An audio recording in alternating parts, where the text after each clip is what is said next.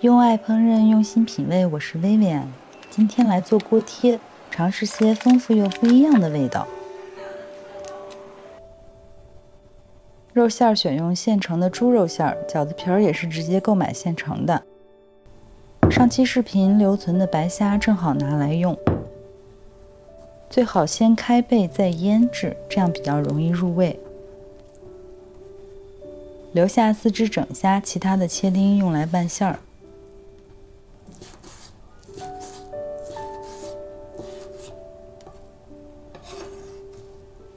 先来腌制整虾，加入适量的盐、白糖和白胡椒粉，搅拌一下，腌制备用。再来处理肉馅的灵魂——香葱和生姜。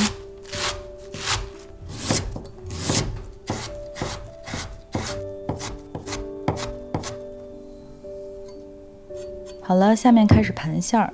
猪肉馅300克。加入2克食盐，搅拌均匀之后，手法改为抓打，使肉馅出现毛边，上劲儿有粘性，这样后续打水更容易吸收，不至于水汪汪的。继续调味，白糖提鲜，生抽打底，胡椒去腥增香，都是些家常的调味料。朝着一个方向搅拌均匀之后，继续抓打上劲儿。调味之后，比较关键的就是打水。要分多次少量加入，抓打至肉馅完全吸饱水就行。比例大约是肉馅的1/3左右，这样的肉馅入口之后才会爆成团出油花，不散不柴。腌制出香味后，再加入等量的葱花、适量的姜末、剁碎的虾丁。翻拌均匀，最后倒入香油，增香的同时锁住水分。拌好之后再腌制10分钟，让馅料充分入味。需要改刀的食材再处理一下，蟹柳切成2段，黑椒风味的迷你肠分段之后在两端改刀。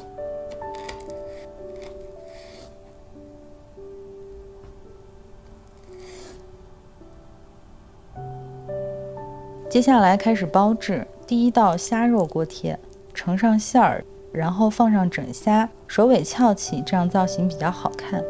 为了方便捏合，饺子皮的边缘抹上水，拎起后只将中间捏紧，两头通风。这里呢说明一下，锅贴馅料的味道是允许散出来的，而煎饺可是不可以哦。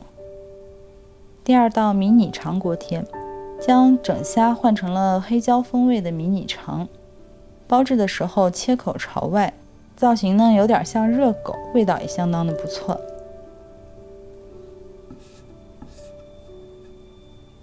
接下来喜欢韩餐的我尝试了泡菜年糕风味的，泡菜辛辣刺激，芝士年糕香浓粘牙，很有意思。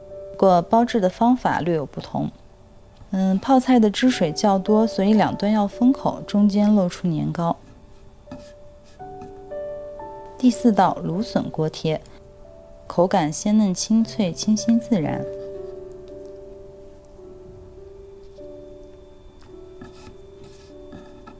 第5道玉米笋锅贴，这个搭配最让我惊喜了。玉米笋清新鲜甜，同肉馅中的油脂中和的恰到好处。最后是老公钦点的蟹柳锅贴，鲜味浓郁，口感软嫩，也是个不错的搭配。你最想要尝试哪一款呢？或者又有哪些好的食材搭配？请留言告诉我吧。下面开始煎制，开中小火，倒入少量底油，油温5成热时，快速的摆上锅贴，切忌油温过高，否则锅贴底部容易煎糊破皮儿。煎制大约2分钟，底部呈现金黄色，这时候沿着锅边和缝隙淋入少量清水。没过锅贴1/4即可，注意不要直接淋在饺子皮上，否则就成水饺了。然后盖上锅盖焖煎，最后水蒸气把饺子皮焖至透明，水分基本收干，就可以出锅装盘了。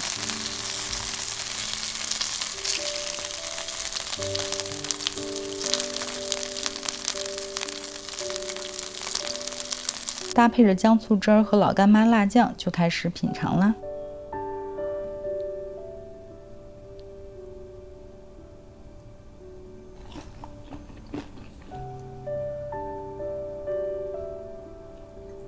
用爱烹饪，用心品味，我是薇薇安。喜欢我的视频，请关注、点赞、转发。以后每周都会送上美味的料理。